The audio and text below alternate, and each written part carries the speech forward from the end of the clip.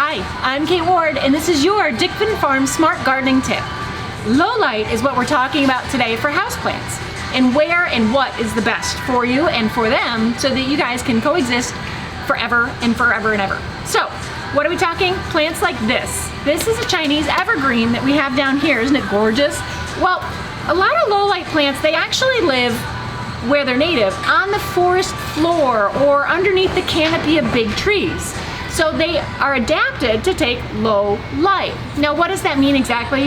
That means if you're in your house and you're reading a book and you go through and it's at a normal level and you don't have to do this with your glasses, and you go into that room, it's a little dim, but you can still read comfortably, that's considered low light. So it's not direct, you don't think you have to wear sunglasses, anything like that. That's considered lower light. Now, where it gets from medium to low, that's a gradient. It's anybody's guess. But as you're walking through your house with your book, if you can't read suddenly, that's too low for most plants to survive. So, who can live there now that we've decided where that low light is? Well, this will be one of those cusp plants. Isn't it gorgeous? This is a cyclamen, and it's a new variety here. It has this two-tone in the flowers, but this cyclamen is going to be right on the cusp between medium and low light. So that's a great one that'll brighten up a semi-shady corner.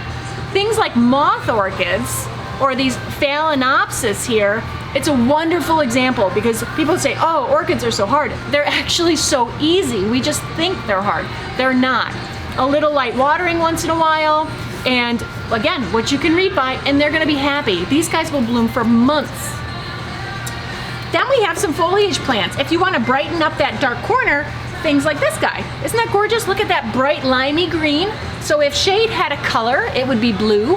And so if we put anything with a yellow tone in that color, then it's gonna pop. So this plant is popping in that blue pot right there. It's a great example. So you can use those, that's a philodendron.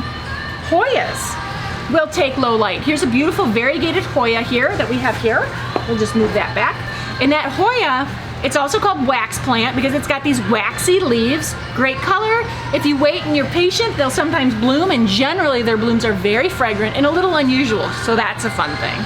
Another plant here, here we have a pothos, so happy, some nice variegation, big trailing things, a lot of trailing things in shady plant, in low light conditions. This, however, is a ZZ plant. It's a really long name and not fun to pronounce, so we have nicknamed it ZZ. And it actually in low light will get quite tall, but it always has this beautiful shiny new growth for you.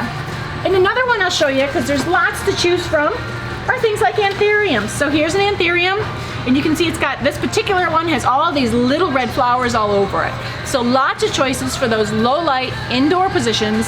Hope this has been helpful. We can't wait to see you. And until we do, this has been your Dickman Farms Smart Gardening Tip.